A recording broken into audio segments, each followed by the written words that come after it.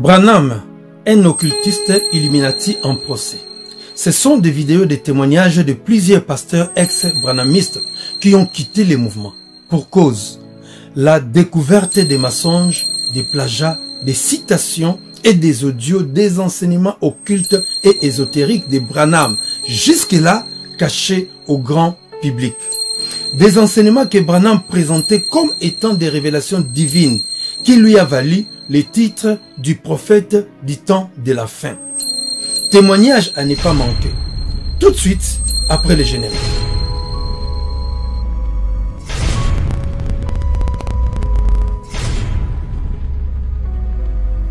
Branham est plus que Moïse. Jésus dans Branham, c'est plus que Jésus dans sa première vie.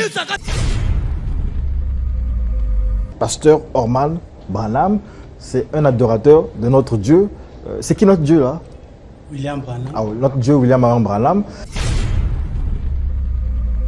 Jésus n'est pas mon Seigneur. Oh! Jésus n'est pas mon Seigneur. Non, on ne peut pas adorer Frère Branham. Moi qui a chanté ceci.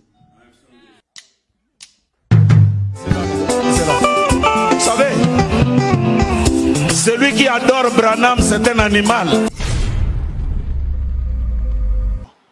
Prions. William Branham, Dieu notre Sauveur et notre Maître, toi, le roi du ciel et de la terre, toi qui es Dieu valablement éternel, Mais celui qui croit que Jésus-Christ est Dieu, que Dieu le bénisse.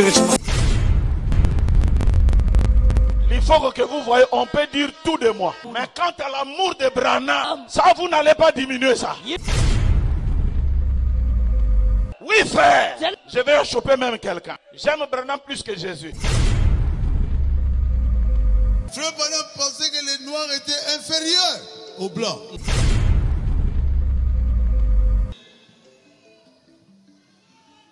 J'ai dit non. Il a dit, alors dit, un blanc ne peut pas se marier avec un noir. J'ai corrigé ça. Il y a une seule race humaine. Après Branham, Jésus. Non, trop c'est trop. Pourquoi tout ce cirque? À quoi joue-t-il? Et de qui se moque-t-il? Du Seigneur Jésus-Christ ou des enfants de Dieu dans le monde? Croyez-vous que tous ces pasteurs branhamistes qui se déchirent publiquement devant la scène internationale sont-ils des fous? Non, ils ne sont pas fous du tout. Le nœud du problème, c'est la divinisation de William Marion Branham que prônent le pasteur Lifoko-Diciel et le pasteur Orman Neville du Congo-Brazzaville. Ce problème est connu par tout branhamiste, sans exception. Aujourd'hui, le Seigneur Jésus-Christ expose ces mouvements anti-bibliques aux yeux de tout le monde, comme le confirme le livre de Daniel chapitre 2 verset 22. Il révèle ce qui est profond et caché. Il connaît ce qui est dans les ténèbres et la lumière demeure avec lui. Pour comprendre en réalité ce qui se passe, il faut aller à la source, pas au robinet. Nous devons maintenant fixer le projecteur sur la personne de Branham, sur son ministère et sur son enseignement. Branham en procès. C'est une série de plusieurs vidéos de témoignages faites par des frères et sœurs ex-branhamistes, hommes et femmes, blancs et noirs, autrefois pasteurs dans le mouvement. Ces vidéos de témoignages nous révèlent que tout ce que le pasteur Lifoko-Diciel ou Orman Neville du Congo-Brazzaville disent à propos de la divinisation de William Marion Branham. Cela vient des enseignements erronés, anti-bibliques, hérétiques de Branham lui-même. à travers lesquels Branham se présentait comme étant le prophète Élie de Malachie chapitre 4 qui devait venir. Tantôt, il s'est présenté comme étant le Saint-Esprit, le consolateur qu'avait promis le Seigneur Jésus-Christ. Hier, pas longtemps, avant sa mort, il s'est présenté comme étant la deuxième ou la seconde venue du Seigneur Jésus-Christ. Aujourd'hui, à notre grande surprise, ces fanatiques le présentent comme étant le Dieu qui a créé les cieux et la terre. Quelle bêtise!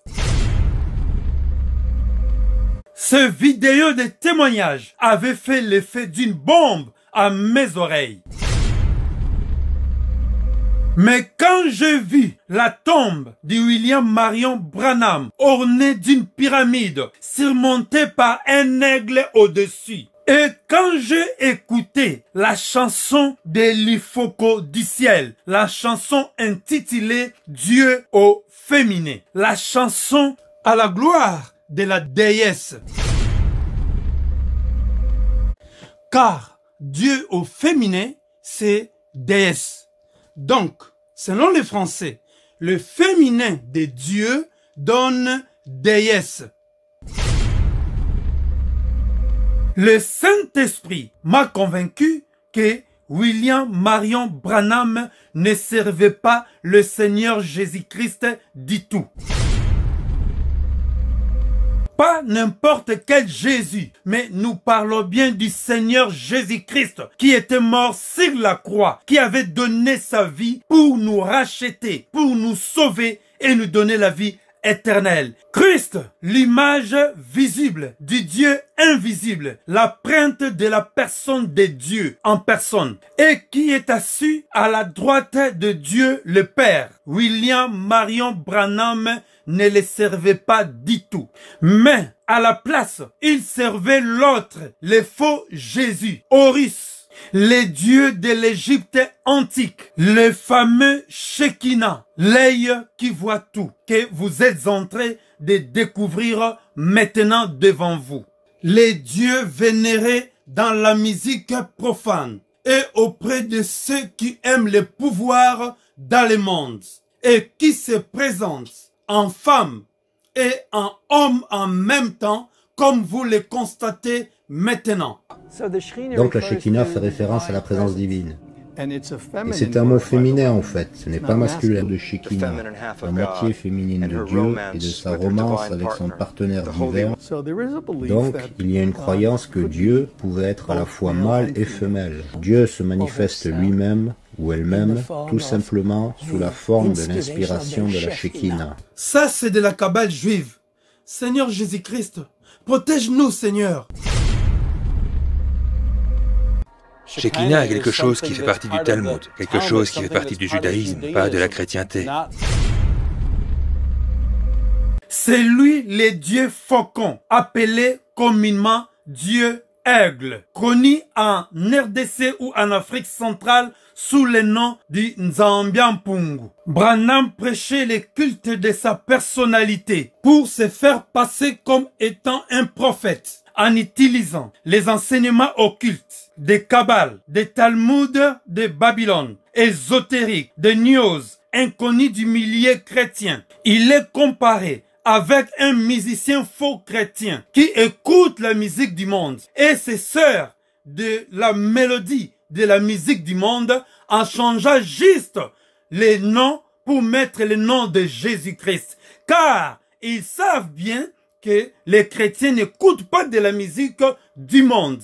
Et c'est la même façon que William Marion Branham agissait. Et cela a fait de lui un grand prophète au milieu de ses fanatiques, jusqu'au point de l'adorer, comme nous le constatons aujourd'hui. Quelle bassesse! Adorer même ses images, ses photos. Il a réussi aujourd'hui son coup. Il a fait de ses adeptes, ses idolâtres, qui acceptent d'abandonner le Créateur pour adorer la créature. Ces images de Branham avec son soi-disant colonne du feu et de son faux Jésus de la peinture d'Hoffmann, qui n'ont même pas un pouvoir divin, qui ne peuvent ni parler ni sauver, qui sont aujourd'hui considérés comme des objets d'idolâtrie parmi les branhamistes, doivent être piétinés.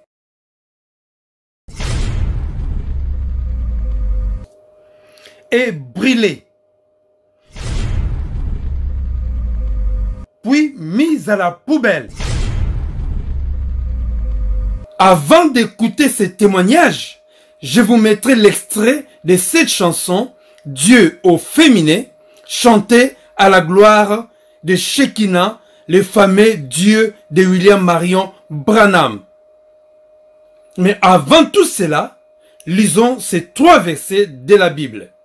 Ecclésiaste chapitre 12, verset 16. Dans d'autres versions, vous allez les trouver au verset 14. La Bible dit, « Car Dieu amènera toute œuvre en jugement, au sujet de tout ce qui est caché, soit bien, soit mal. » Branham, un occultiste en procès.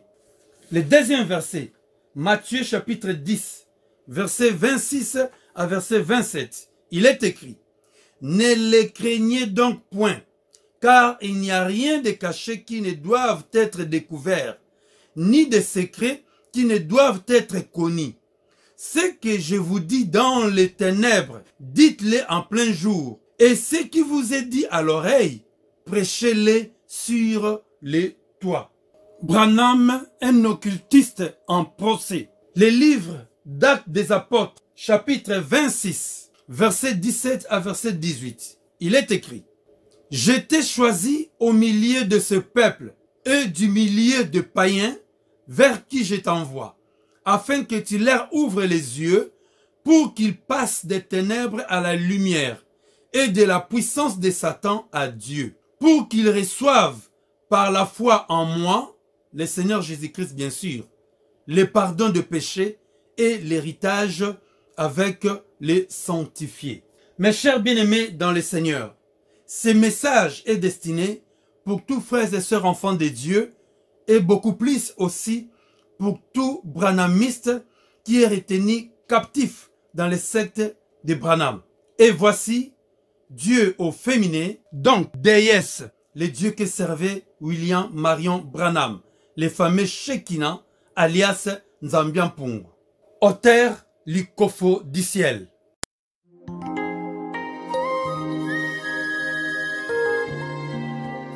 Et Dieu dit à la femme, je multiplierai ta souffrance. Et il dit au serpent, je mettrai inimitié entre ta postérité et la postérité de la femme. Il s'agit de quelle femme alors finalement? Pour me sauver, pour me guérir, Dieu a été Dieu au masculin. Mais pour ce qui est de supporter mes erreurs, oui, le voilà, Dieu au féminin. Ces chants, Dieu au féminin, c'est une abomination à l'égard de notre Dieu. Car personne dans la Bible, que ce soit sous une inspiration ou n'importe quelle révélation, personne n'a jamais présenté notre Dieu comme étant une femme ou une mère. Même le Seigneur Jésus-Christ, son propre fils, n'a jamais présenté son Père comme une femme ou une mère. Voire même les apôtres du Seigneur Jésus-Christ n'ont jamais présenté Christ comme étant une femme ou une mère. Même pas le Père de notre Seigneur Jésus-Christ comme étant une mère ou une femme. Alors, l'inspiration de ces chants est diabolique et satanique. Et cette chanson est une abomination à l'égard de notre Dieu. En outre, toutes les déclarations faites par les pasteurs branhamistes, nous les avons mis pour que vous puissiez vous rendre compte par vous-même combien cette secte et ces pasteurs sont des blasphémateurs à l'égard de notre Dieu. Branham, un occultiste Illuminati en procès, sont des citations et des enregistrements audio et visuels de Branham lui-même qui constituent des preuves qui témoignent contre lui, contre son occultisme et contre ses mensonges concernant des révélations prophétiques qu'il copiait des autres prédicateurs baptistes et pentecôtistes de son temps et avant son temps. Je vous invite à découvrir Branham, un occultiste Illuminati en procès.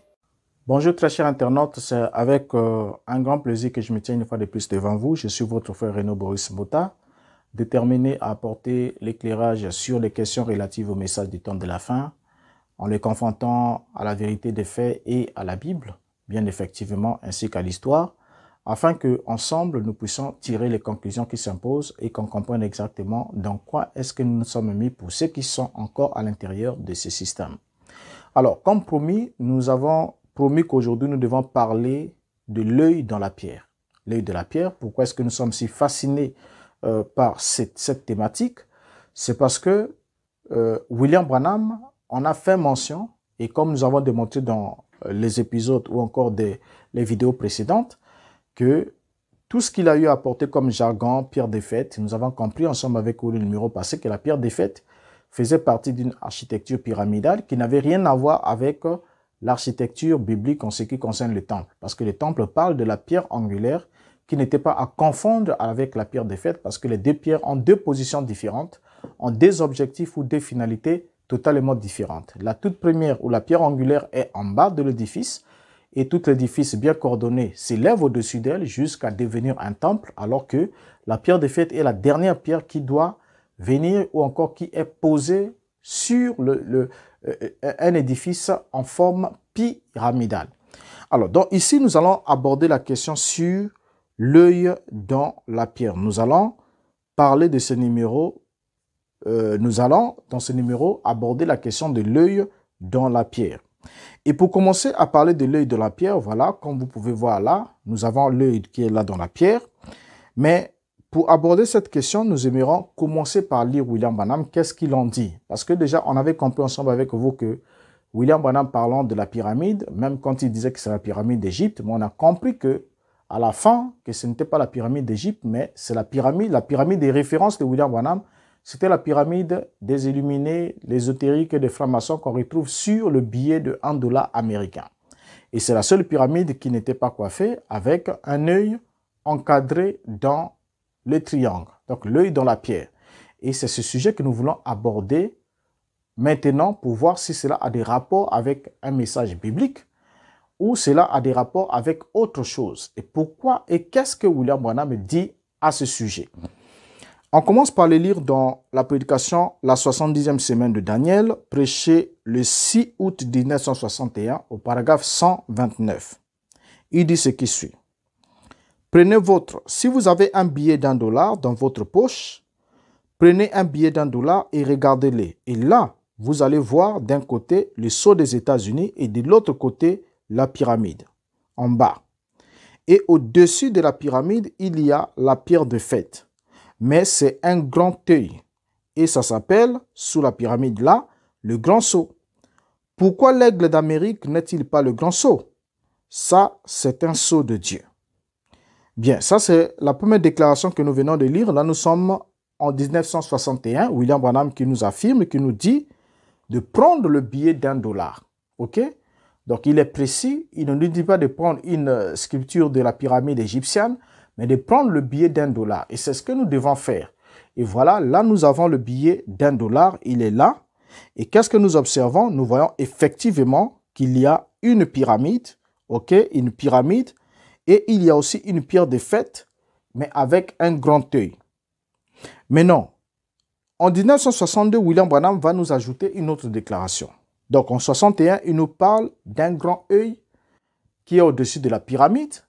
Mais en 1962, il va nous donner un autre éclairage. Parce que vous savez, lorsque quelqu'un veut vous plonger dans le mensonge, il ne peut pas vous mener du bout en blanc comme ça. Directement, il vous présente les mensonges tout en couleur, ainsi de suite. Mais il vous emmènera progressivement. Donc, élément par élément, parce que autant que la vérité se construit progressivement, les mensonges aussi se construisent progressivement. Donc, l'un vous emmène vers les hauteurs, l'autre vous emmène vers les bas-fonds ou encore vers les régions inférieures. Vous voyez? Alors, donc ici, on arrive en 1962. Donc, on retient d'abord ce que Branham nous a dit en 1961 concernant cet œil-là. Et en 1962, dans la prédication « La stature d'un homme parfait », prêché le 14 octobre 1962, le paragraphe 322. Il dit ce qui suit.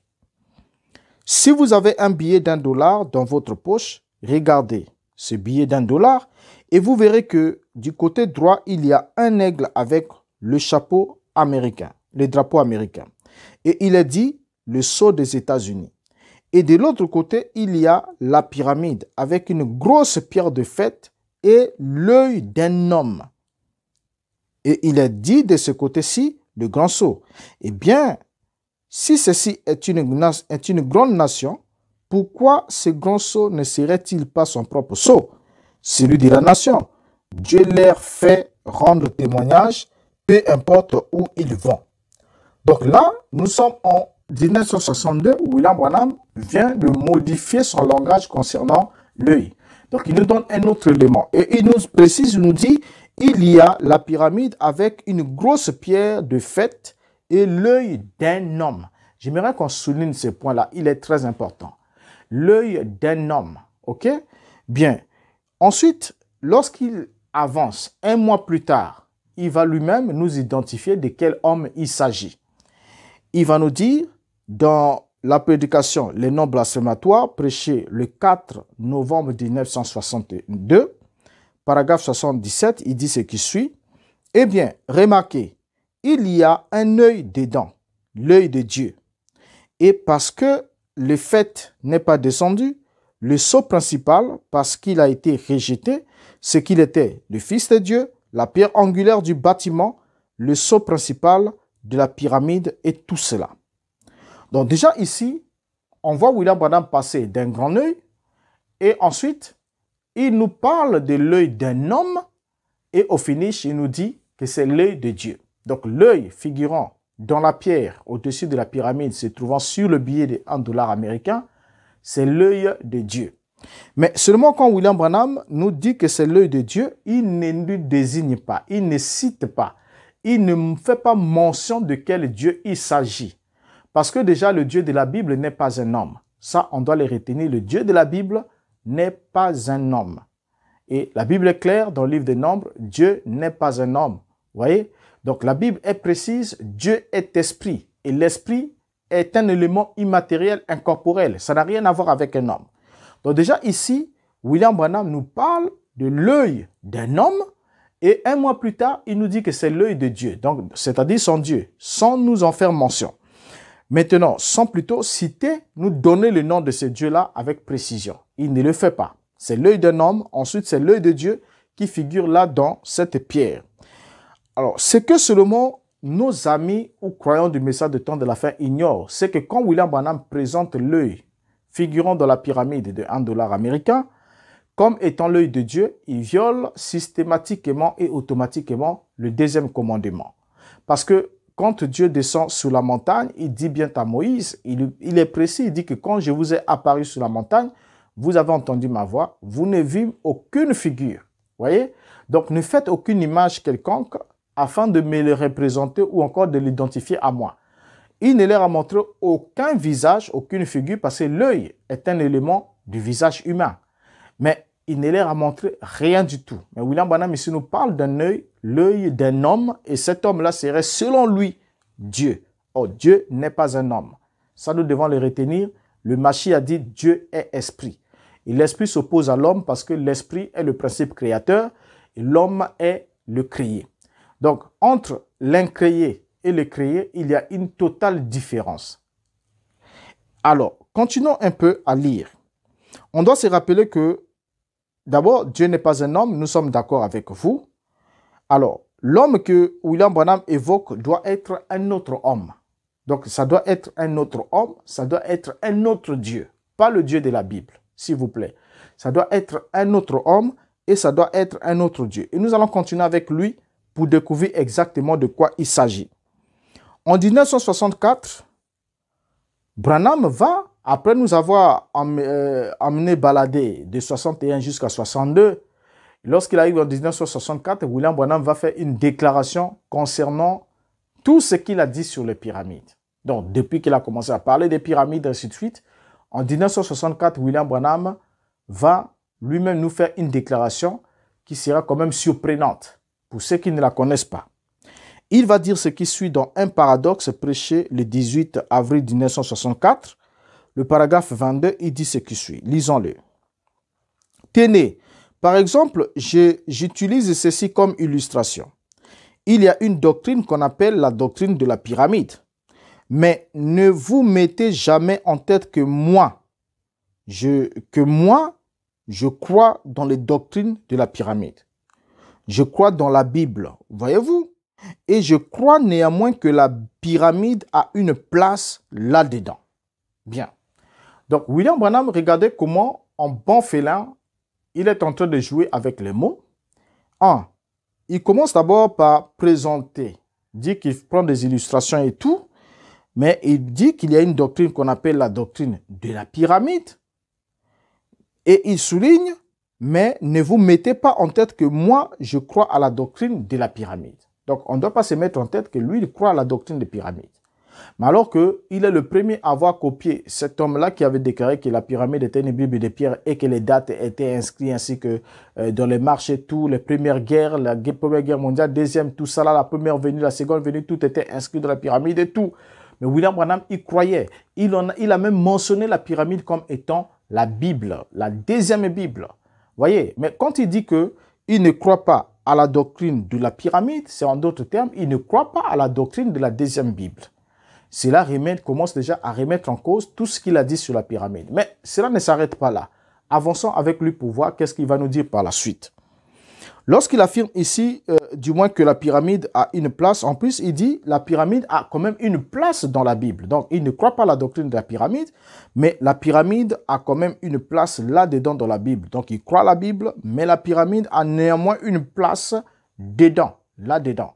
Je ne sais pas si vous pouvez trouver la place, parce que moi, j'ai passé tout le temps possible à rechercher, à chercher et à fouiller de fond en comble la Bible pour trouver la place de la pyramide.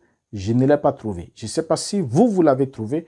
Vous pouvez nous mettre le verset biblique en commentaire afin que nous aussi, nous voyons et que nous prenions connaissance. Mais sinon, à ma connaissance, il n'existe aucun verset biblique et aucune place à la pyramide dans la Bible.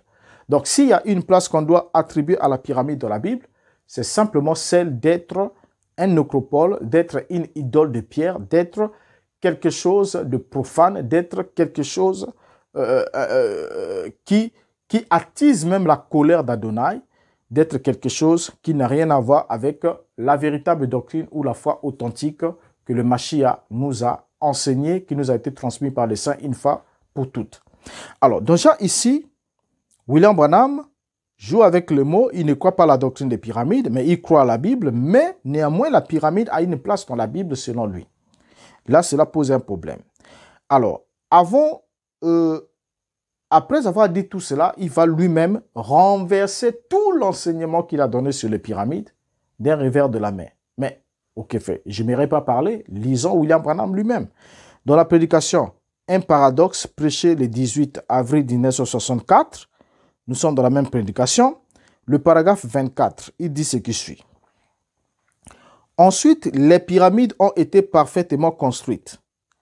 La pierre de fait a été rejetée. Cependant, ce n'est pas votre Bible à vous. Ensuite, Dieu l'a écrite sous forme de paroles. Donc, déjà là, remarquez bien la citation encore là, affichée.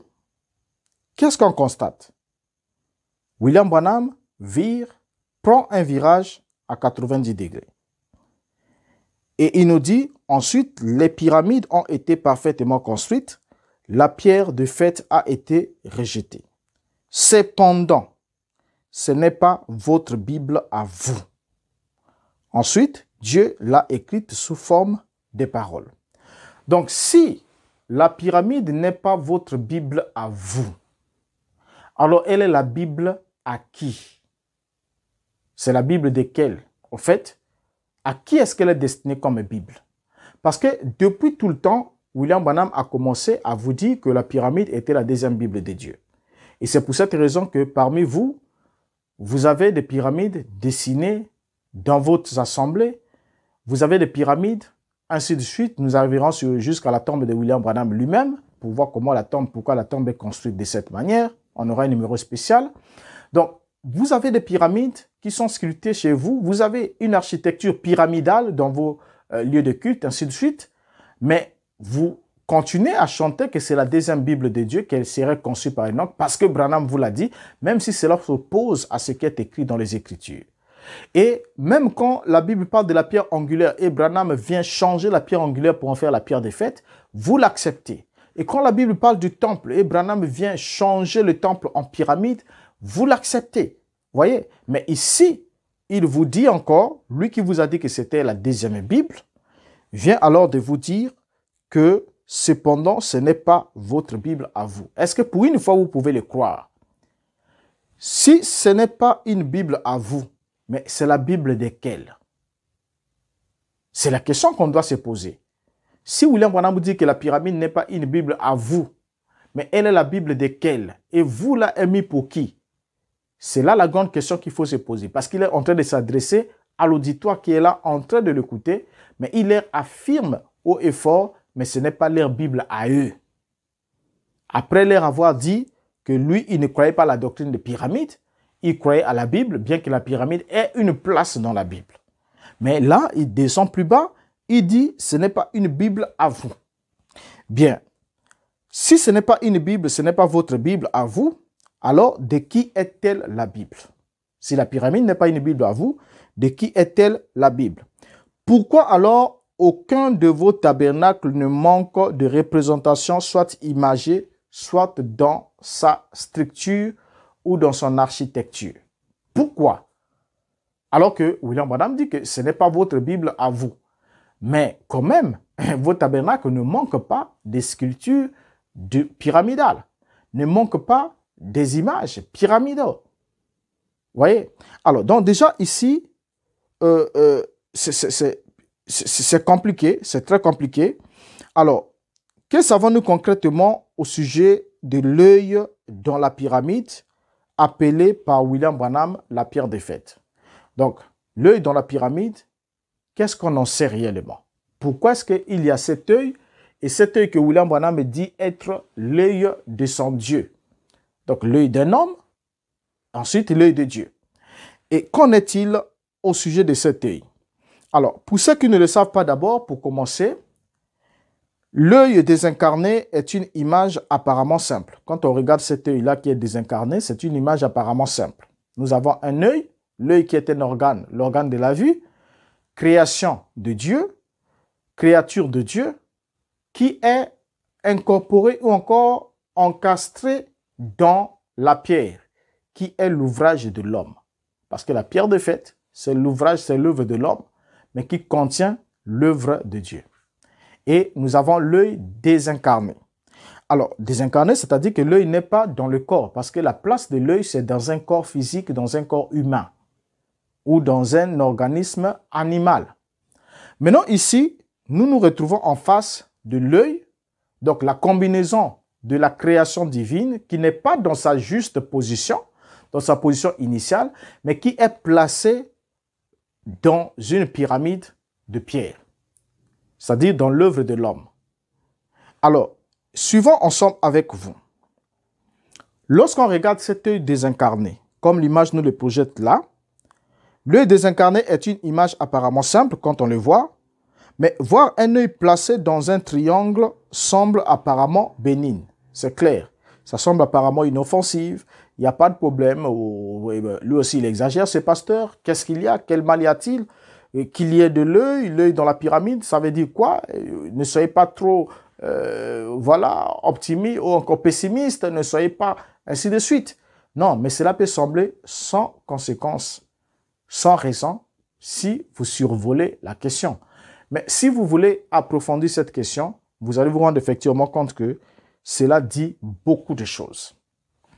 Alors, pour aller droit, l'œil qui est dans la pierre, au-dessus de la pyramide, est aussi appelé l'œil de la providence. C'est un œil placé dans un triangle et il incarne un de ces symboles associés à la franc-maçonnerie, mais aussi aux Illuminati apocryphes. Vous pouvez vérifier cette information, vous allez la voir. Alors, c'est une image qui fait l'objet des cultes, d'un culte des théoriciens du complot. Donc, quand on prend cet œil-là dans la pierre, cet œil dans la pierre fait l'objet d'un culte dans la théorie du complot. Et cet œil dans la pierre, non seulement il figure au verset d'un billet d'$1 américain, comme Branham nous l'a montré, comme nous l'avons vu nous-mêmes aussi, ainsi que sur le grand sceau des États-Unis, mais il figure aussi sur des innombrables églises et bâtiments maçonniques dans le monde entier. Pourquoi est-ce que cet œil est encastré ou encore cet œil est dans un triangle? C'est la question qu'on doit se poser. Alors, du coup, on doit comprendre ensemble avec vous que l'œil désincarné ici, pris en combinaison avec la pyramide qui se trouve en dessous d'elle, comme nous le voyons dans l'image, sont des emblèmes qui suggèrent un culte ancien et ésotérique. Donc, quand on a l'œil dans la pierre, pris ensemble avec la pyramide qui est en dessous, nous sommes là en face des emblèmes d'un culte ancien. Donc, ce sont des anciens cultes des mystères, des anciens cultes ésotériques qui représentent, qui utilisent ces genres de représentation. Parce que quand Dieu, le Dieu des Hébreux dit, tu ne te feras pas des représentations quelconques. Il est précis, des représentations quelconques. Et il y a quelqu'un qui a dit, dans le monde du message, ils aiment toujours dire, non, mais écoutez, si Dieu avait dit que tu ne feras pas des représentations quelconques, mais ensuite c'est lui qui a dit à Moïse, fais-toi des chérubins. Et il justifie alors l'idolâtrie qu'ils ont mis dans leur lieu de culte. Et tous les cultes, les objets de culte ésotériques et tout, par le fait que Moïse aurait sculpté 2 chérubins en or et les aurait placés sur le couvercle de l'arche. Mais vous oubliez une chose, c'est que Moïse l'a fait sous l'instruction de Yahvé. C'est Jéhovah lui-même qui demande à Moïse de le faire. Et même le plan du tabernacle, c'est lui qui dit à Moïse, descends, il représente le tabernacle selon le modèle que tu as vu. Voyez, donc, il a montré le modèle et il l'instruit sur ce qu'il devrait faire, même sur la manière de façonner chaque ustensile. Mais le commandement est clair, tu ne feras pas de représentation quelconque. Donc, en d'autres termes, de ta propre volonté, de ton propre chef. Ça n'a rien à voir avec l'instruction qu'il a donnée. Parce qu'il pouvait dire, tu ne tueras point, mais il pouvait encore dire, lui-même aussi, lorsque quelqu'un violait tel commandement, il était digne de mort. Donc, il pouvait le faire au niveau de la loi. Tout comme il pouvait dire, allez chasser ces Amalécites, tuer, faites ceci, cela. Donc, quand c'est sous son instruction, celui qui accomplit l'instruction divine ne pêche pas contre son commandement. Mais ça n'a rien à voir avec ce que vous êtes en train de souligner ici, en voulant justifier le fait que vous utilisez dans vos tabernacles et dans vos lieux de culte les objets ou encore les emblèmes qui appartiennent au culte ancien et ésotérique. Alors, cela pose un sérieux problème. Ça n'a aucun justificatif dans les Écritures que vous utilisez ces emblèmes. Alors, ce sont en effet les anciens Égyptiens. Pour ceux qui ne le savent pas, ce sont les anciens Égyptiens qui sont à l'origine de l'œil détaché, car cette dernière est le symbole égyptien le plus célèbre et il s'agit bien de l'œil d'Horus. Horus, qui est appelé en Égypte, dans la mythologie égyptienne, qui était le dieu du ciel, était représenté par un homme avec la tête de faucon. Voilà, là vous avez l'image d'une représentation d'Horus, ou soit complètement un faucon, et il était représenté de ces deux manières, soit un faucon, soit un homme avec une tête de faucon. Et ça, c'était la divinité égyptienne qui combinait l'homme, donc l'humain, ensuite l'oiseau, c'est-à-dire l'aigle, qui était considéré comme étant le roi des cieux, et cela a donné alors à Horus l'attribut du dieu du ciel. Alors déjà là, l'œil désincarné qu'on retrouve dans la pierre est l'œil d'Horus. C'est l'œil d'Horus. Et ce motif est en fait l'hybridation d'un œil humain avec l'œil d'un faucon. Et quand vous le regardez, voilà, et regardez un peu cette image ici attentivement, vous allez effectivement vous rendre compte que ce n'est pas totalement un œil humain et ce n'est pas aussi totalement l'œil d'un faucon, mais c'est un œil hybride. Donc, en d'autres termes, l'œil humain a été hybridé avec l'œil d'un faucon. Donc, c'est l'humain et le faucon mis ensemble dans le même symbole. Alors, donc déjà là, selon l'ancienne mythologie égyptienne, le dieu roi Horus, dit dieu du ciel, qui était souvent représenté comme un faucon, comme je l'ai dit un peu plus haut, ou avec une tête de faucon, avait des yeux arrachés lors d'une bataille qu'il avait livrée avec son oncle ou encore contre son oncle Seth, lors de la conquête du pouvoir. Donc, il a eu les yeux arrachés, mais il a été guéri à l'aide de Thoth. Et l'histoire est un peu plus longue. Pourquoi est-ce qu'on se retrouve avec un seul œil, ainsi de suite? Et nous parlerons un peu de ces autres symboles-là qu'ont besoin Sera. Alors, donc déjà là, lorsque nous prenons le dictionnaire des symboles, parce que je n'aimerais pas donner ma propre interprétation des symboles, j'aimerais qu'on parcourt avec vous le dictionnaire des symboles pour voir ce que symbolise chaque élément que vous utilisez, que vous appliquez dans vos lieux de culte. Alors, pour commencer ici, je mets la référence du dictionnaire qui est là. Voilà. Ça, vous avez la référence qui est là.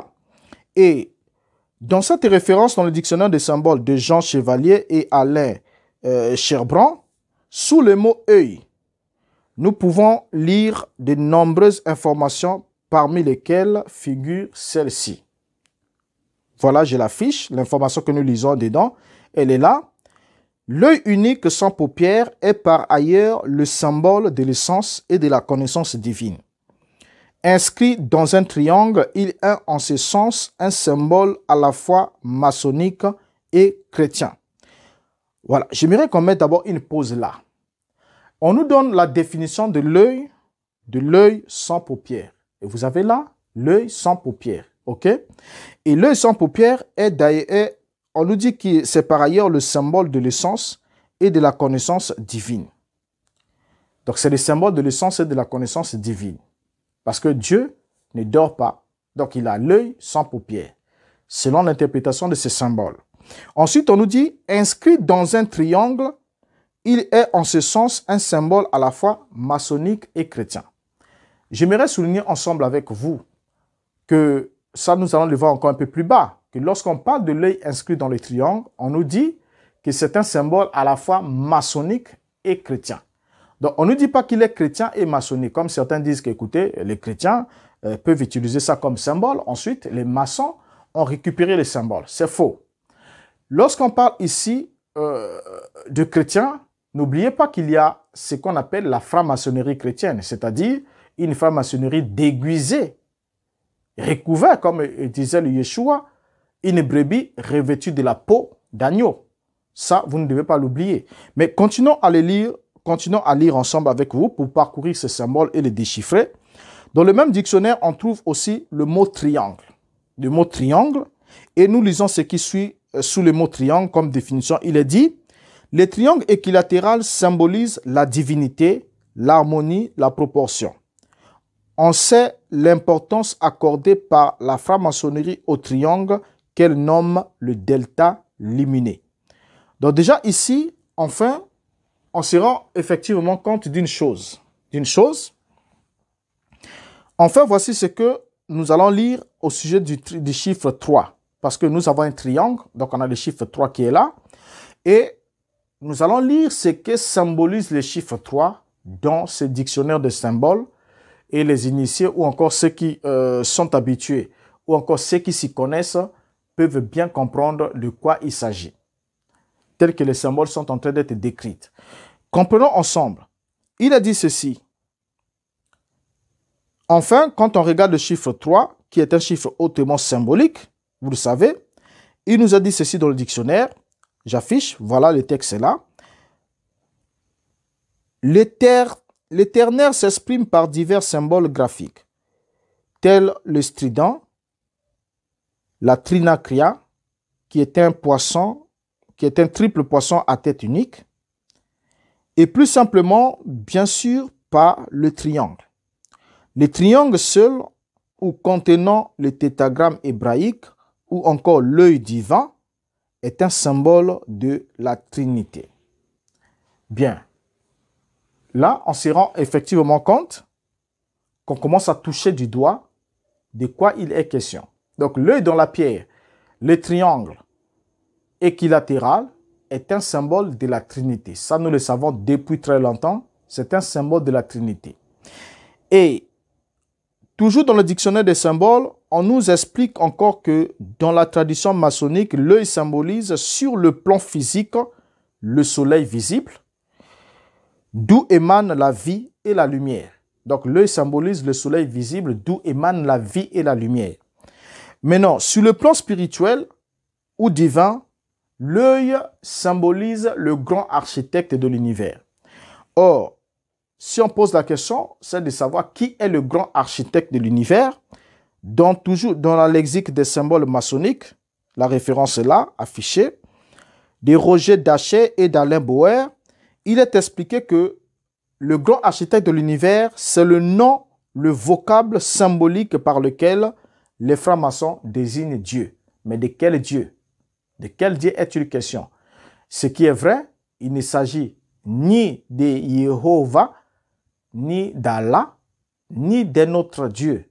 Mais c'est simplement, quand ils disent God, ils savent de quoi réellement ils parlent. Nous en parlerons. Si il plaît à Dieu, nous y arriverons.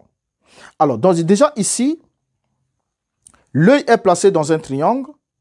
En plus, ce triangle est également, celui-ci a également une signification comme nous explique aussi les lexiques de symboles maçonniques en nous disant ceci. Nous donnons l'explication sur le pourquoi l'œil est dans les triangles. On nous dit ceci, le texte est là, je l'affiche. En franc-maçonnerie, ce triangle se nomme le delta luminé et il est souvent ornementé de flammes qui semblent en sortir ou de raies de lumière. Il évoque pour les francs-maçons le principe d'ordre universel, la loi d'équilibre. Bien. Là, nous venons de lire les textes. Voyez? Nous venons de lire les textes avec vous. Et nous pouvons alors arriver à une conclusion. L'œil dans la pierre n'est pas l'œil du Dieu de la Bible. L'œil dans la pierre n'est pas l'œil du Dieu de la Bible, mais l'œil du Dieu Horus dans la mythologie égyptienne.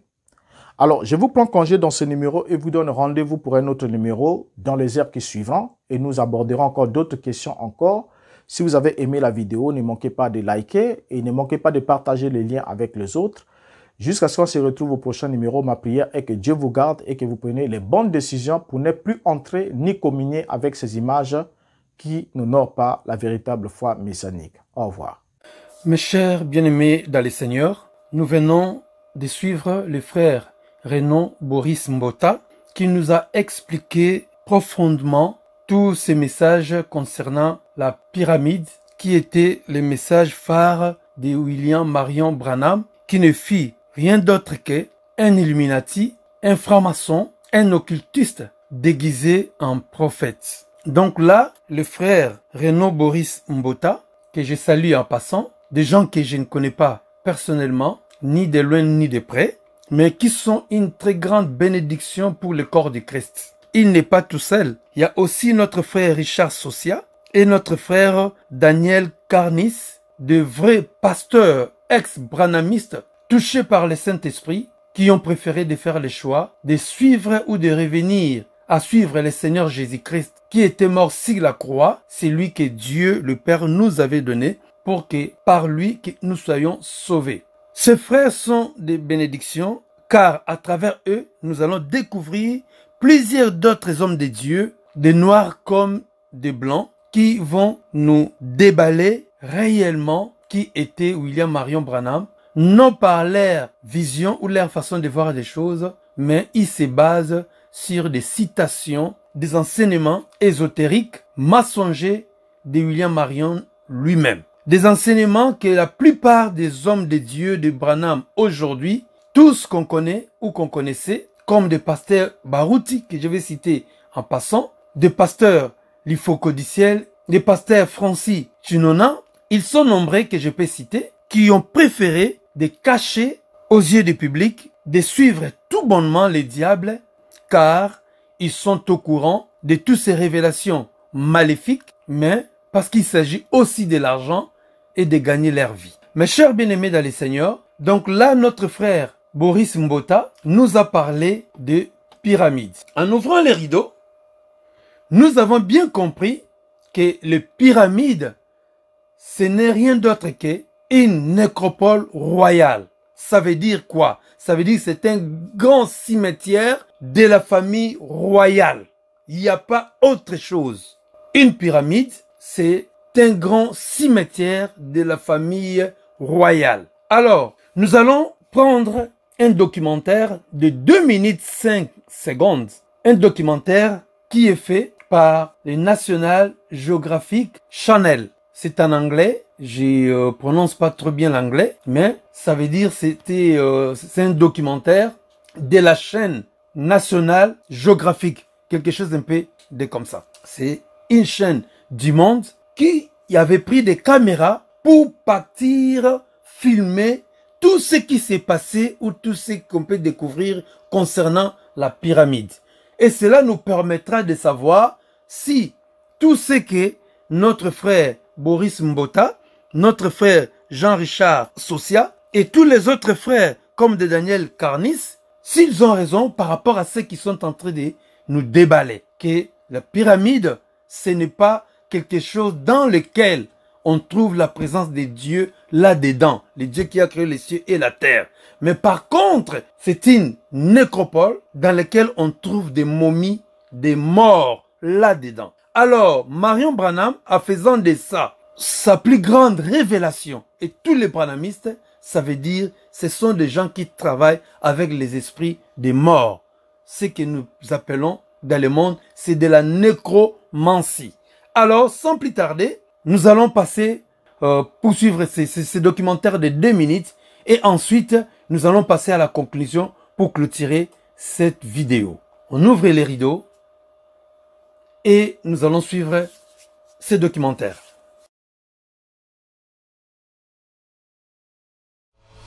La précision de la face extérieure de la pyramide est techniquement remarquable. Et qu'en est-il à l'intérieur? Steve est obligé de s'aventurer au cœur du monument pour étudier la partie la plus importante, la chambre funéraire du pharaon. C'est sans doute l'apogée de l'architecture pyramidale. Les Égyptiens avaient fait des pas de géant. Le résultat est stupéfiant. Une immense salle rectangulaire, assez vaste pour abriter un appartement en duplex. C'est hallucinant de penser que tous ces efforts, tous ces millions et ces millions de tonnes de blocs de pierre ont été mobilisés pour ça, pour cet espace, cette boîte parfaite dans laquelle nous nous trouvons. Oui, ça donne à réfléchir.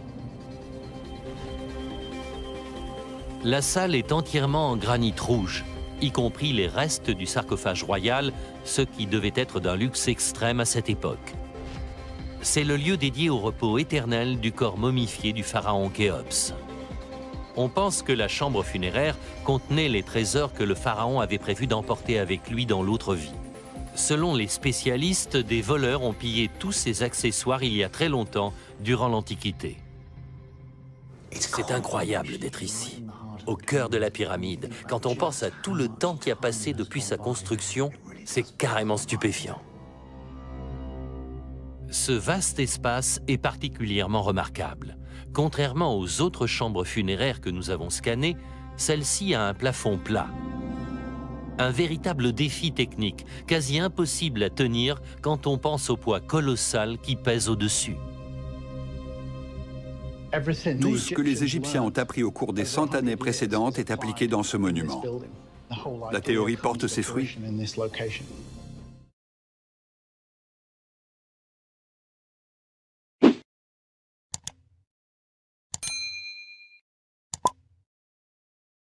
Mes chers bien-aimés dans les Seigneurs, là nous avons suivi ces documentaires de 2 minutes. Vous avez bien compris, même les gens du monde disent la même chose, où les témoignages de leurs films nous ont apporté la vérité que nous avons découvert tout à l'heure. Donc cela confirme toujours que William Marion Branham c'était un occultiste Illuminati. De la même chose qu'on trouve chez les Kimbanguistes, car il s'agenouille devant les cercueils ou le corps de Simon Kimbangu qu'ils ont enterré dans leur temple à Kamba, qu'ils appellent Nouvelle Jérusalem. C'est de la nécromancie. L'entrée dans le Kilongo commence toujours par une séance de prière. Ensuite, le chef spirituel qui garde jalousement par derrière lui les clés du mausolée frappe discrètement à la porte et murmure une phrase inaudible dont il est le seul à détenir le secret. Puis, il s'introduit d'abord seul dans les mausolées et s'y isole pendant quelques minutes, à l'instar des anciens prêtres juifs. En sortant du mausolée, le chef spirituel invite le visiteur d'y entrer un en un dans l'ordre et la discipline.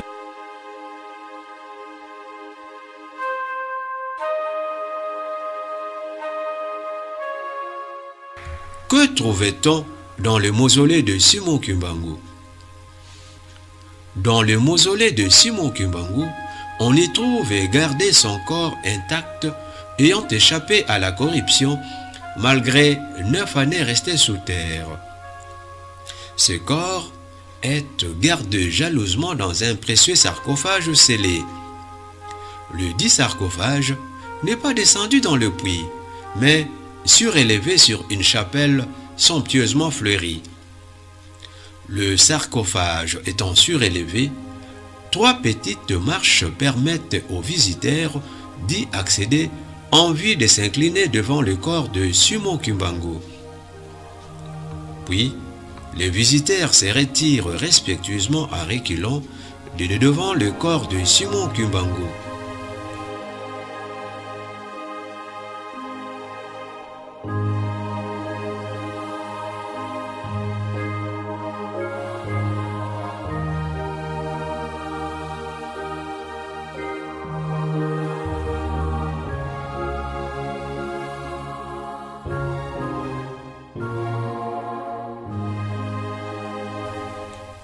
Dans le mausolée de Simon Kimbangu, on n'offre aucune nourriture ni oblation, sauf de fleurs artificielles.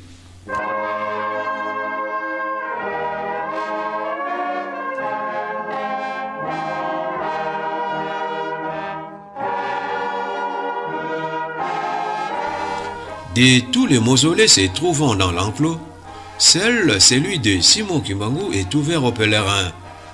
En d'autres termes, les pèlerins peuvent y pénétrer et toucher les sarcophages contenant son corps.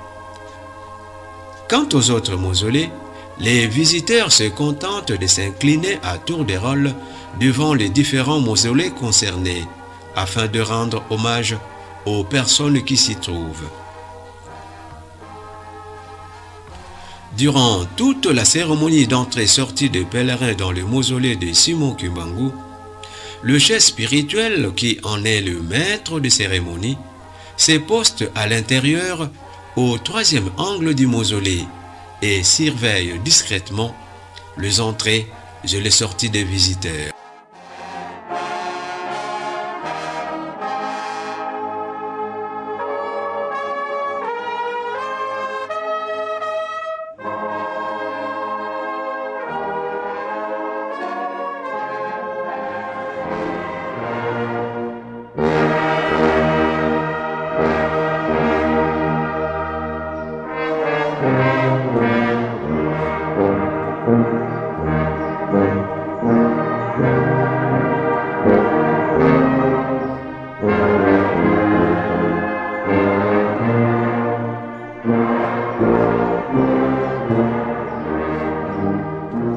Nous avons toujours dit du haut de cette chaire qu'un Kamba est le lieu de pèlerinage par excellence, car il ne se passe pas un seul jour que des visiteurs de marque n'aient foulé la terre sainte d'un Kamba, Nouvelle Jérusalem. C'est ici que tous nous venons nous ressourcer pour le salut de nos âmes. Et hier, en fin d'après-midi, sa divinité, Papa Simon Kimbangu Kiangani, sa divinité, Papa Simon Kimbangu Kiangani, sa divinité, Papa Simon Kimbangu Kiangani, a reçu un géant de la musique congolaise, un baobab de la musique congolaise, en la personne de Papa Kofi Olomide. C'est une chance extraordinaire pour vous de vous retrouver devant votre Dieu. C'est une chance extraordinaire pour vous de vous retrouver devant votre Dieu. C'est une chance extraordinaire pour vous de vous retrouver devant votre Dieu. Confiez-lui toutes vos préoccupations, posez-lui tous vos problèmes. Ils trouveront solution car il est Dieu, le Saint-Esprit. Car il est Dieu, le Saint-Esprit. Car il est Dieu, le Saint-Esprit. Car il est Dieu, le Saint-Esprit. Alors, en conclusion, mes chers bien-aimés dans le Seigneur, là, nous allons maintenant revenir pour faire maintenant la conclusion de ce que notre frère Boris Mbota nous avait apporté. Il nous avait parlé de l'œil dans la pierre. Nous avons bien suivi son explication. Je n'ai rien à ajouter. La chose que je voudrais dire ici, l'œil dans la pierre, et cette pierre-là, c'est la pierre triangulaire. Mes chers bien-aimés dans le Seigneur, cela est la base du tabernacle ou bien des cultes des branhamistes.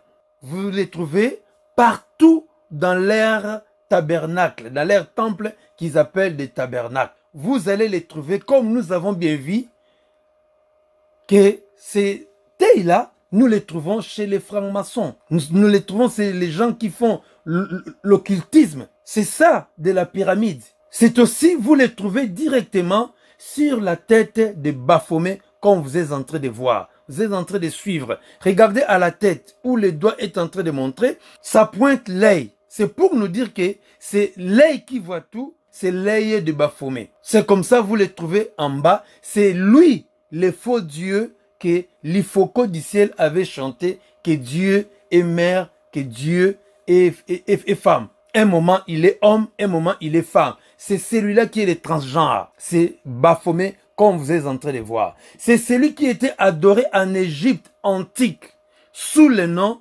d'Oris, comme vous êtes en train de voir. Oris. Oris, le dieu faucon, qui était à moitié homme, à moitié faucon ou bien aigle. C'est lui qui était, ou bien qui fut la divinité de l'Égypte antique. Comme vous êtes en train de voir là, mes chers bien-aimés dans le Seigneur. Oris, le dieu faucon, à moitié homme, à moitié aigle, c'est lui qui a été adoré, ou bien qui est adoré par les gens de l'église des Noirs, ou bien les Kimbanguistes, sous le nom de Nzambian-Pungu.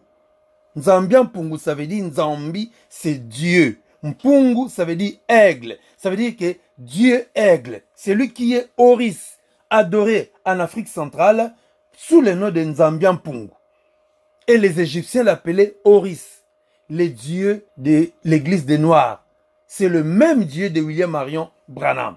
Mes chers bien-aimés dans le Seigneur, c'est pour ça Marion Branham, quand il priait pour des gens, lui-même entrait en transe.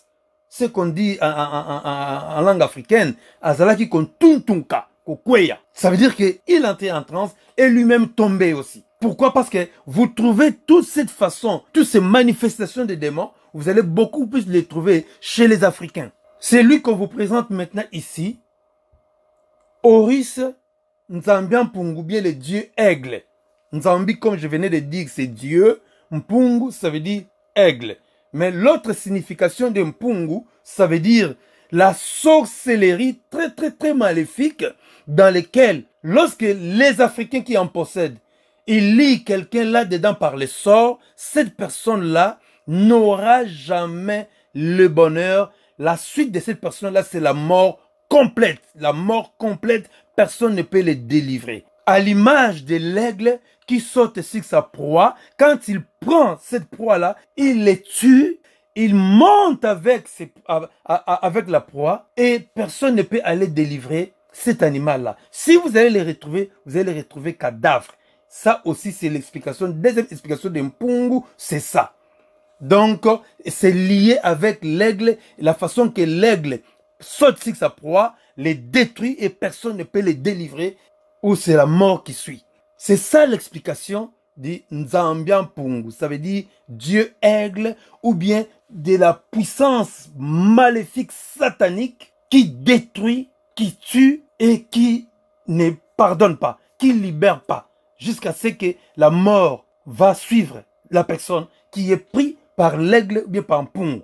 Nous continuons pour que vous puissiez bien comprendre que William Marion Branham servait les dieux de l'Égypte antique que les gens de l'église des Noirs aujourd'hui vénèrent comme étant leur Dieu et qu'ils appellent tous les Africains à abandonner le Seigneur Jésus-Christ pour les suivre dans cette destruction-là. Déjà, William Marion Branham a été pointé par Horus pour qu'il puisse amener les gens dans ce culte-là qui est de l'Égypte antique. C'est comme ça que William Marion Branham est lié avec des pyramides que nous trouvons où? En Égypte antique, en Afrique. Que cela ne vous étonne pas que Horus soit adoré et par les Africains, par les Américains. Pourquoi? Parce que Horus, c'est lui qui est le diable, c'est lui qui s'est manifesté sous le nom du dieu soleil. Il a été vénéré par les Mayas, par les Celtes, les anciens Français, par les Romains, c'est toujours lui, le dieu soleil. C'est lui qui a été vénéré, soit par le nom d'Ira, ou le dieu soleil, ou d'Horus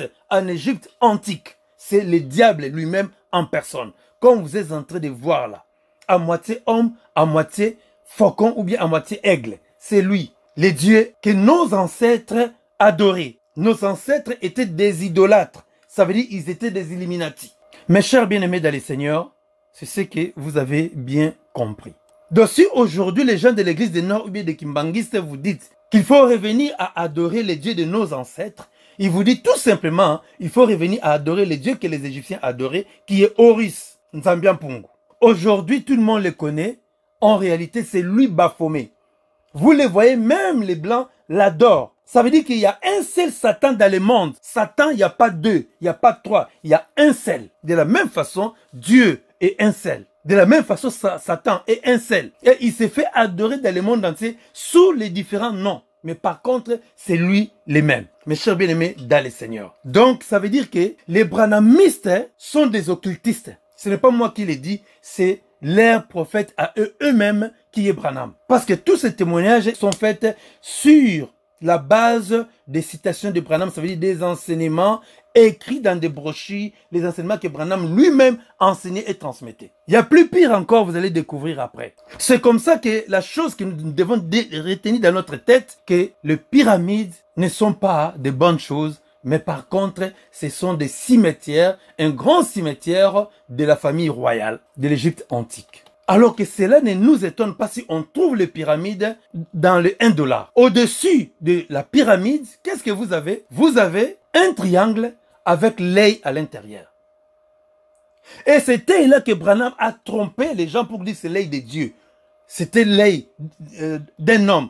Donc en réalité, c'est l'œil d'Horus en fait. Il présentait aux branhamistes, voici l'œil de votre Dieu est là-dedans. Donc vous êtes des Illuminati. Comme tout le monde le sait, je ne suis pas la première personne à le dire, mais tout le monde le sait en fait. Ce triangle-là, ce n'est pas ça, la pierre angulaire qui est le Seigneur Jésus-Christ. Pourquoi? Parce que la position de ce triangle-là, qui est au-dessus de pyramide et de son œil, ce n'est pas la position que la Bible nous fournit de notre Seigneur Jésus-Christ qui est la pierre angulaire. Ici, je passe pour vous montrer la pierre angulaire qui est le Seigneur Jésus-Christ, n'est pas sur la pyramide, n'est pas au-dessus de l'édifice. Mais par contre, c'est en dessous. C'est dans le livre d'Éphésiens, chapitre 2, verset 20. Mes chers bien-aimés dans le Seigneur, vous allez voir que la Bible dit, vous avez été édifiés sur les fondements des apôtres et des prophètes. Jésus-Christ lui-même étant la pierre angulaire. Donc ça veut dire que nous sommes le temple là qui est en train de tourner et nous sommes construits ou édifiés sur les fondements des apôtres et des prophètes. Ce n'est pas les prophètes de ce monde, ou William Marion, ou votre prophète, votre apôtre, non. Les 12 apôtres, ce sont eux. C'est sur eux que nous, l'Église, sommes bâtis ou édifiés ou construits. C'est sur les apôtres du Seigneur Jésus-Christ, les 12 apôtres du Seigneur Jésus-Christ. C'est eux qui sont les prophètes de Christ. Éphésiens 3, versets 3 à 5. C'est par révélation que j'ai eu connaissance du mystère sur lequel je viens d'écrire en peu de mots. Verset 4. En les lisant, vous pouvez vous représenter l'intelligence que j'ai du mystère de Christ. Verset 5. Il n'a pas été manifesté aux fils des hommes dans les autres générations, comme il a été révélé maintenant par l'Esprit aux saints apôtres et prophètes de Christ. Donc les 12 apôtres, ce sont eux les prophètes du Christ. Ce n'est ni Marion Branham, ni nos prophètes de ces jours ou les apôtres de ces jours. Non, c'est les 12 apôtres dont les noms sont marqués dans la Bible. Et la Bible dit que le Seigneur Jésus-Christ lui-même est la pierre angulaire, étant la pierre angulaire. C'est cette pierre-là précieuse qui est en dessous, qui supporte et les 12 apôtres et tout l'édifice. Toute la maison de Dieu se repose sur les 12 apôtres et les 12 apôtres eux-mêmes sont bâtis, construits, édifiés sur Christ qui est la pierre angulaire. Et Christ est en dessous de tout, c'est lui qui soutient tout le bâtiment entier et les 12 fondements qui sont des 12 apôtres. Et nous, l'Église, nous sommes bâtis sur les 12 apôtres qui sont les prophètes du Christ. Mes chers bien-aimés dans le Seigneur, nous allons partir un peu vite. En ouvrant le rideau, qu'est-ce que nous découvrons? Le tabernacle de Branham lui-même, dans lequel lui-même est officier comme le souverain sacrificateur. C'est ça son tabernacle qu'il avait construit. Regardez, avant d'entrer, il y a l'échafaud qui est en triangle. C'est pour montrer que c'est là où il va vous amener. Aujourd'hui, cela est bien construit par ses fils et par ses adeptes. C'est devenu maintenant comme ça. Regardez le triangle qui est là. Et à l'intérieur, ce que vous voyez ici, c'est l'aigle. Parce qu'il aurait pu mettre l'œil de l'aigle ici. Il s'est dit, si je mets l'œil de l'aigle, les gens vont comprendre que je suis Illuminati. Il préfère mettre l'aigle. Or, quand il met l'aigle, l'œil a un œil. Ou les yeux. Donc, ça veut dire que c'est pareil. Les triangles avec l'aigle dedans ou un œil, c'est pareil. Peut-être vous allez dire que non, Baruti n'est pas dans tout ça.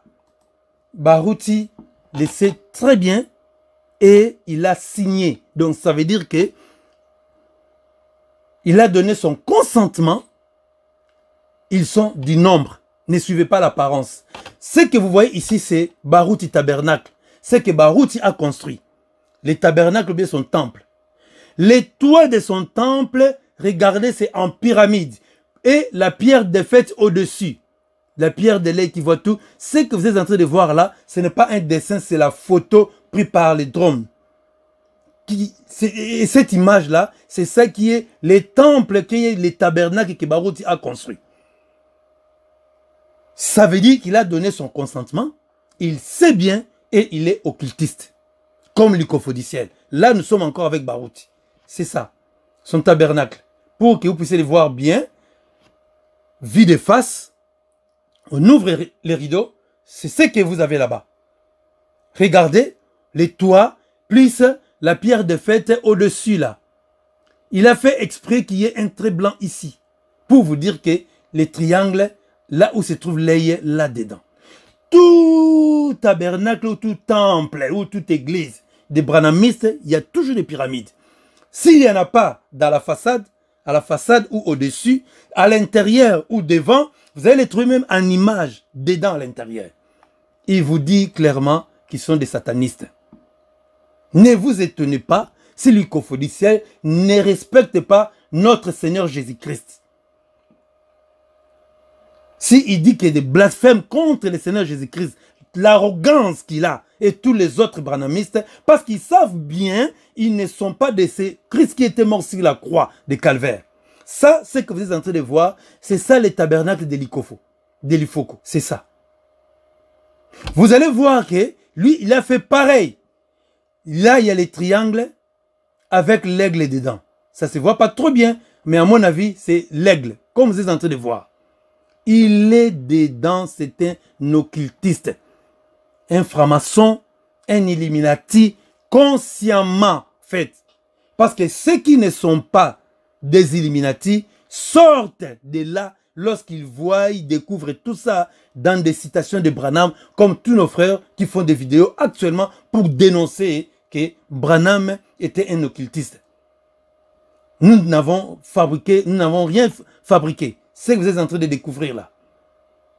C'est comme ici, dans les temples de ce messieurs, qui est aussi pasteur branhamiste, peut-être vous connaissez son nom, je ne connais pas du tout. Il y a toujours un triangle et où l'image des pyramides, ils ont menti de mettre les noms des gens que vous connaissez ou bien des fruits du Saint-Esprit, que des mensonges, mais lorsque vous regardez, vous voyez bien que c'est une pyramide avec la pierre des fêtes qu'ils ont écrit à l'intérieur Love, amour. Franchement, sortez du milieu des. Vous n'êtes pas des chrétiens, des branhamistes. Laissez la Bible tranquille à ceux à qui cela appartient. Vous avez vos citations à vous, restez avec ça. Vous avez caché tous ces méfaits depuis longtemps. Aujourd'hui, Dieu vous dénonce par le Saint-Esprit lui-même, en faisant sortir ces vrais enfants de Dieu du milieu de vous. On n'a plus besoin que vous cherchiez à continuer à nous tromper. Parce qu'aujourd'hui, maintenant, la vérité se trouve entre les mains de l'Église et nous allons les dénoncer haut et fort. C'est comme dans l'Église de ces messieurs. S'il n'y a pas de pyramide devant, ou au-dessus, ou derrière, il y a une image de pyramide comme vous êtes en train de voir. Ne vous trompez pas avec la croix qu'ils mettent des côtés, ou quoi que ce soit. Ils mettent un faux Jésus, l'antichrist, qui est Baphomet, le faux Jésus, et ils mettent la photo de Branham avec son auréole mensonger et diabolique, que nous n'avons pas besoin. Vous trouverez tout ça. Et ce sont des gens qui sont liés avec la dîme. Aussi longtemps, la Bible dit que les sacerdoces étant changés, les lois ont changé. Dans les sacerdoces de Christ, la dîme n'existe plus. Regardez, ça j'ai pris ça à l'internet, ça était en train de passer et ils étaient en train de faire passer l'information. Regardez au plus bas ici, Diacre Blaise Kinzonzi, ici Vel, je ne sais pas, mais vous voyez que c'était en train de défiler. Payer leurs dîmes, offrandes ordinaires et des constructions sont priés d'appeler les trésoriers frères Yvon. Donc c'était ce communiqué-là était en train de passer. Mes chers bien-aimés dans le Seigneur, ils ne peuvent pas s'en passer des pyramides, des triangles. Vous les trouvez partout avec des branhamistes. Si vous êtes des dieux, vous, votre objectif, c'était de partir dans le royaume des cieux, sortez du milieu des. Vous voyez les triangles ici, tout ça, vous voyez les pyramides, vous voyez ça devant, comme vous êtes en train de voir.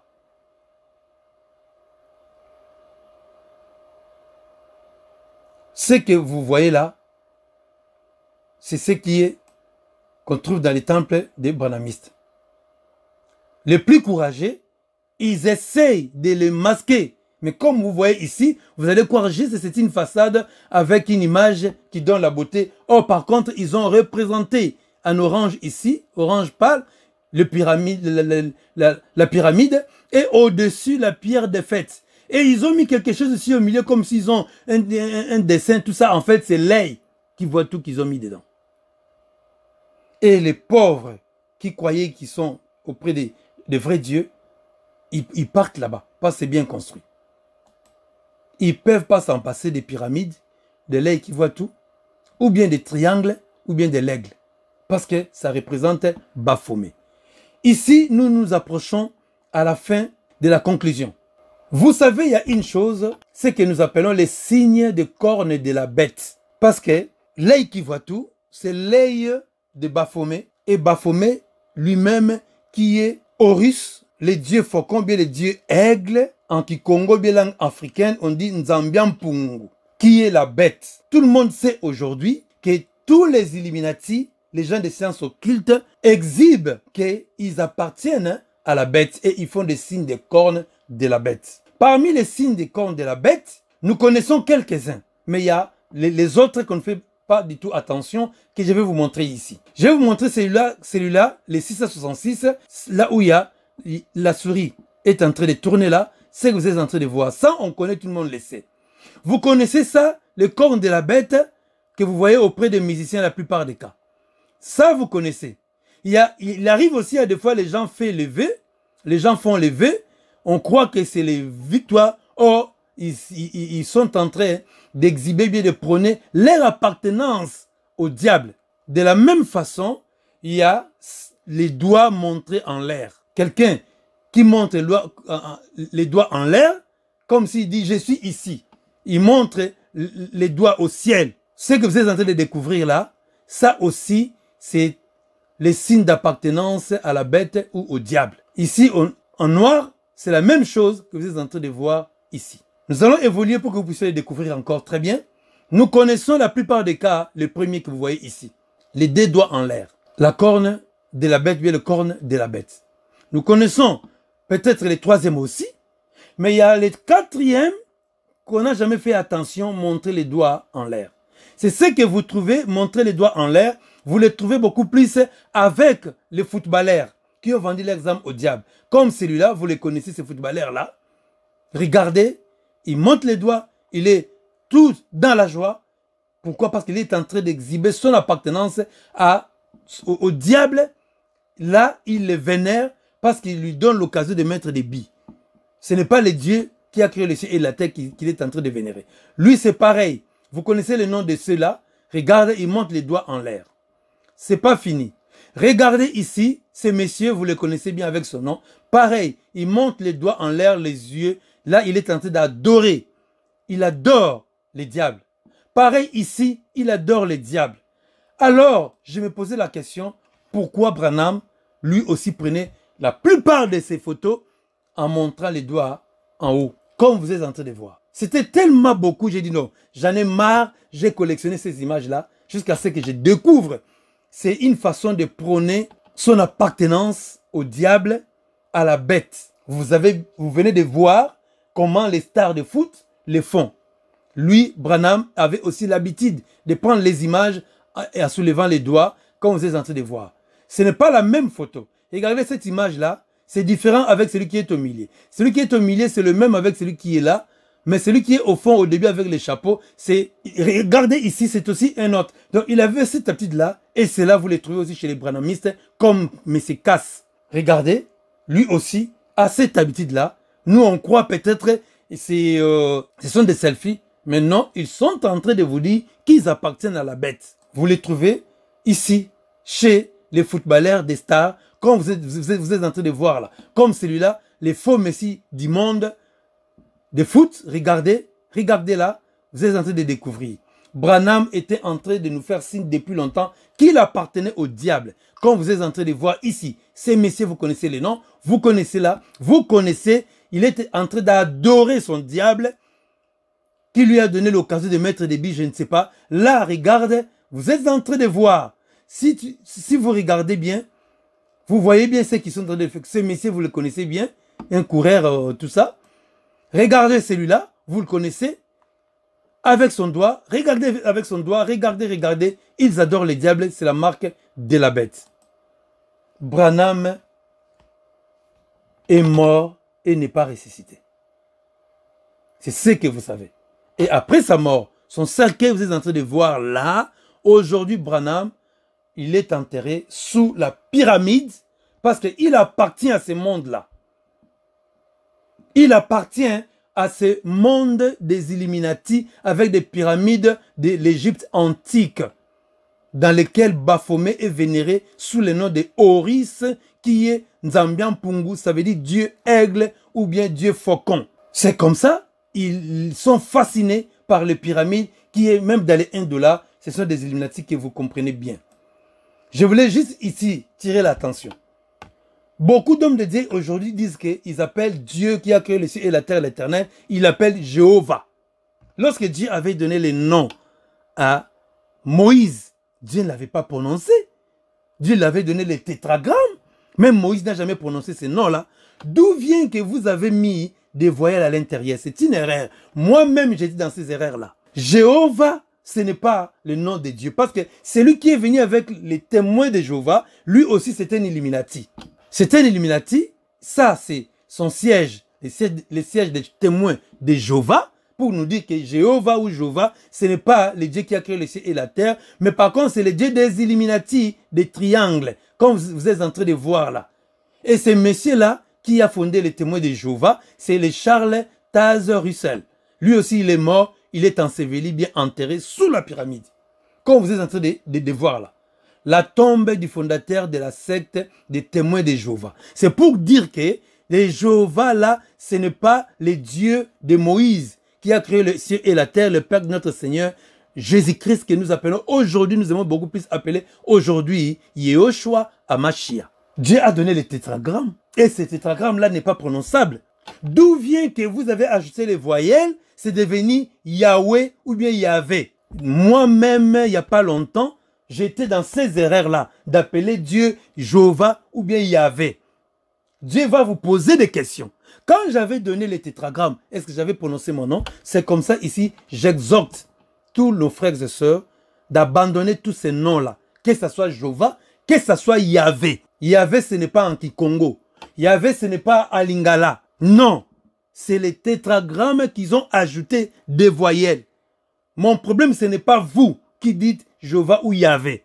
Mon problème, c'est que ces noms-là, ce n'est pas le nom de Dieu que Dieu avait donné à Moïse. Dieu avait donné les tétragrammes. Que le Seigneur vous bénisse. Merci beaucoup pour tout ce que vous avez appris. Si vous avez vos frères et sœurs de la famille bien de connaissances qui sont dans tous ces sectes-là, faites de votre mieux pour qu'ils soient sauvés, qu'ils sortent de là-bas. Que le Seigneur vous bénisse. Portez-vous bien. Dans le nom puissant de Jésus-Christ, nous allons nous retrouver à la 5e vidéo. Merci.